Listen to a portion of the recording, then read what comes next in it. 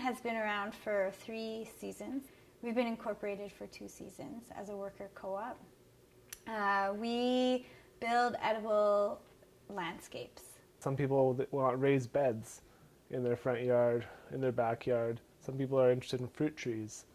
Others want something that's more aesthetic, like a perennial garden, but we find ways to incorporate edibles into those designs. It's actually a really exciting concept to be able to go to very different job sites every single day and work in a very ethically powerful way, uphold all of your values as far as sustainable horticultural practices, organic gardening, organic pest control. This is a great way to help other people in the city that might be too busy with a job or something, to help them lessen their footprint by growing food in their backyards. Kind of when I came into Urban Eaton, it kind of coincided with a lot of opportunities coming up to do workshops. So it seemed like this was a summer for a lot of educative opportunities arising through North End Community Renewal Corporation, Winnipeg Public Libraries, various private organizations, some educational facilities like schools. Just, I guess there's a huge hunger to learn about horticulture. Well, I like the idea that everyone has a say in what's going on. You're not just going to work for somebody else that's telling you how to do things and what to do and when to do it. Overall, I think it's a more efficient way to work too, so I think that's the really great part for me, is working as a team, you become more than the sum of your parts. We all sort of take responsibility for the important things that need to happen within the worker co-op, and we can all do things that we're stronger at. It's really nice to look back at the stuff that I did that week or that season or that day and know that it was upon my initiative that made these things happen. It makes me kind of feel proud of what I was able to accomplish. Currently I'm a non-member, but I'm looking to become a member this fall. Shares are $300. I think it's definitely worth it to become a part of a growing cooperative.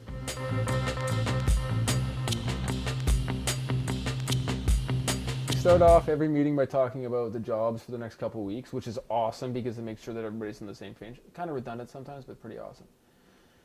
Then we set an agenda of the stuff that's really pressing that we need to address, as well as some kind of sort of fantastic brainstorming potentials where we can just talk about marketing strategies, what we're going to do with ourselves during the winter, maybe what we can do to strengthen the co-op.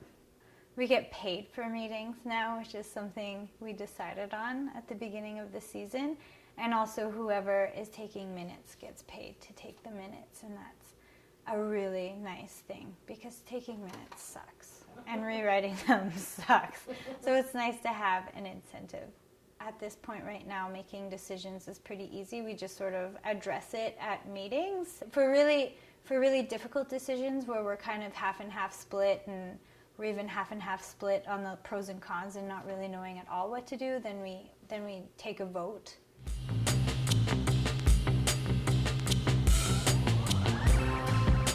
The worker co-op does indeed present some challenges. I would say that the constant need for meetings is a constant need. In some weeks you talk about something and it's so pertinent and relevant to, say, the month of May, and if you don't get it dealt with by June, it's done. You can't really deal with it until next May again.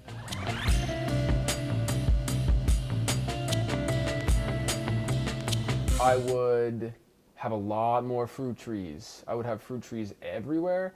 The ledge, what a waste of space. From what I've heard, it used to be a beautiful veggie garden, and now I'd put a big orchard there. Probably put orchards all over the place. We could make a decision to say, we want Winnipeg to grow all its own garlic, within 5 years, and that's something we could probably do. So setting concrete goals and getting together with civic power would have to be the two main things to turn Winnipeg into a real production city. It seems to be that a lot of economic troubles arise from over-centralization and highly sensitive systems, whereas if we have a more decentralized, autonomous network, it's more resilient and crises in one area are less likely to spread to another. So that could be a possible good outcome of more co-ops worldwide.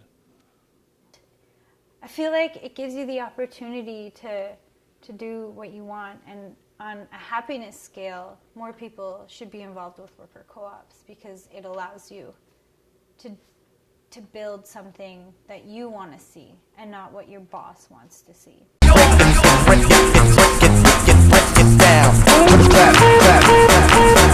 Dip it, dip it, dip it.